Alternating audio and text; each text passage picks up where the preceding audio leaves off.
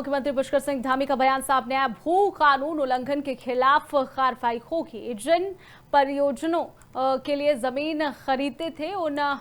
उन्होंने कहा कि प्रयोजनों से दुरुपयोग की जानकारी मिली है, लोगों ने दुरुपयोग किया है। लोगों की अपेक्षा थी कि भू कानून लाया जाए और इस नया भू कानून जो है वो लाया भी जाएगा और कानून तोड़ने वाले के खिलाफ सख्त से सख्त कार्रवाई होगी। साथ ही चारधाम यात्रा पर भी उन्होंने अपनी बात रखी है कि काफी संतुलित तरीके से ये यात्रा चल रही है और कई स्तरों पर इसकी समीक्षा भी हुई है। सीएम धामी ने दोनों मुद्दों पर क्या कुछ कहा, आपको सुनवाते हैं। चूंकि जो भू कानून तोड़ने वाले हैं और जिससे राज्य की जमीनों की अनाप शनाप खरीद होती थी, बड़े बड़े लैंड बैंक बना दिए जाते थे और जो लोग जिन प्रयोजनों के लिए भूमि को क्रय करते थे उन प्रयोजनों में उसका उपयोग न करके अनेक प्रकार के दुरुपयोग की तमाम जानकारियां मिलती थी, तमाम इस प्रकार की सूचनाएं आती थी और उत्तराखंड राज्य के लोगों ने भी लगातार ये अपेक्षा करी थी कि उत्तराखंड में एक सशक्त भू कानून होना चाहिए। वो भू कानून हम लाए हैं और जो भी अब भू कानून को तोड़ रहे हैं या उसका उल्लंघन कर रहे हैं उनके खिलाफ कार्रवाई हो रही है। पूरी चारधाम यात्रा इस बार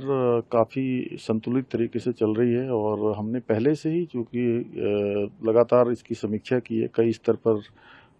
समीक्षा हुई है और पिछले सालों के जो अनुभव रहे हैं उन अनुभव के आधार पर यात्रा अच्छी हो और जो तीर्थयात्री श्रद्धालु हमारे यात्रा में आते हैं देश भर के, दुनिया भर के, उनकी सुरक्षा हमारे लिए हमेशा सर्वोच्च प्राथमिकता रही है और देश भर के लोगों का एक विश्वास भी बना है और अभी तक जो यात्रा लगभग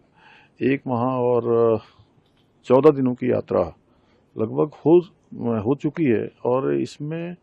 अभी तक 28 लाख तीर्थयात्री श्रद्धालुओं ने अभी तक दर्शन कर लिए हैं और बहुत सामान्य तरीके से, अच्छे तरीके से यात्रा चल रही है। आगे भी इसी प्रकार हमारा प्रयास रहेगा। यात्रा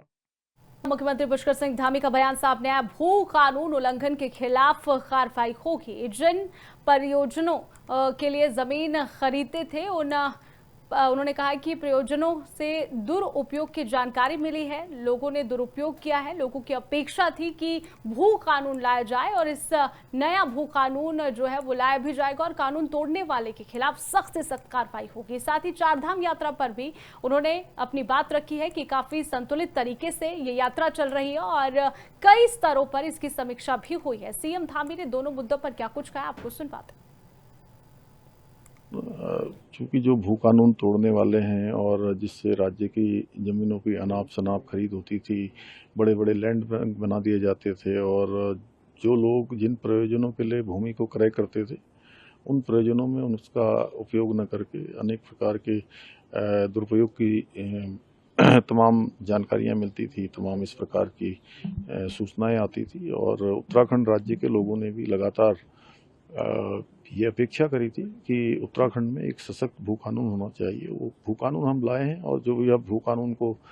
तोड़ रहे हैं या उसका उल्लंघन कर रहे हैं उनके खिलाफ कार्रवाई हो रही है। पूरी चारधाम यात्रा इस बार काफ़ी संतुलित तरीके से चल रही है और हमने पहले से ही चूँकि लगातार इसकी समीक्षा की है, कई स्तर पर समीक्षा हुई है और पिछले सालों के जो अनुभव रहे हैं उन अनुभव के आधार पर यात्रा अच्छी हो और जो तीर्थयात्री श्रद्धालु हमारे यात्रा में आते हैं देश भर के, दुनिया भर के, उनकी सुरक्षा हमारे लिए हमेशा सर्वोच्च प्राथमिकता रही है और देश भर के लोगों का एक विश्वास भी बना है और अभी तक जो यात्रा लगभग 1 माह और 14 दिनों की यात्रा लगभग हो चुकी है और इसमें अभी तक 28 लाख तीर्थयात्री श्रद्धालुओं ने अभी तक दर्शन कर लिए हैं और बहुत सामान्य तरीके से, अच्छे तरीके से यात्रा चल रही है। आगे भी इसी प्रकार हमारा प्रयास रहेगा। यात्रा